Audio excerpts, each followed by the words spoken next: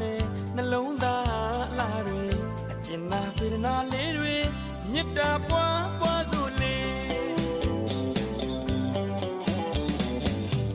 မင်္ဂလာရှိသောရမြတ်ခါပဲကြက်တီရှိသောမင်းမြတ်ခါပဲနန္ဒတတဝါတွေကြမ်းမာတတ်ပါစေခုနှစ်ရက်သားသမီးများတွေဘေးရန်ခတ်သိမ်းတင်းငြိမ်ကြပါစေစိတ်ပဝင်နှလုံးရှင်ပြုံး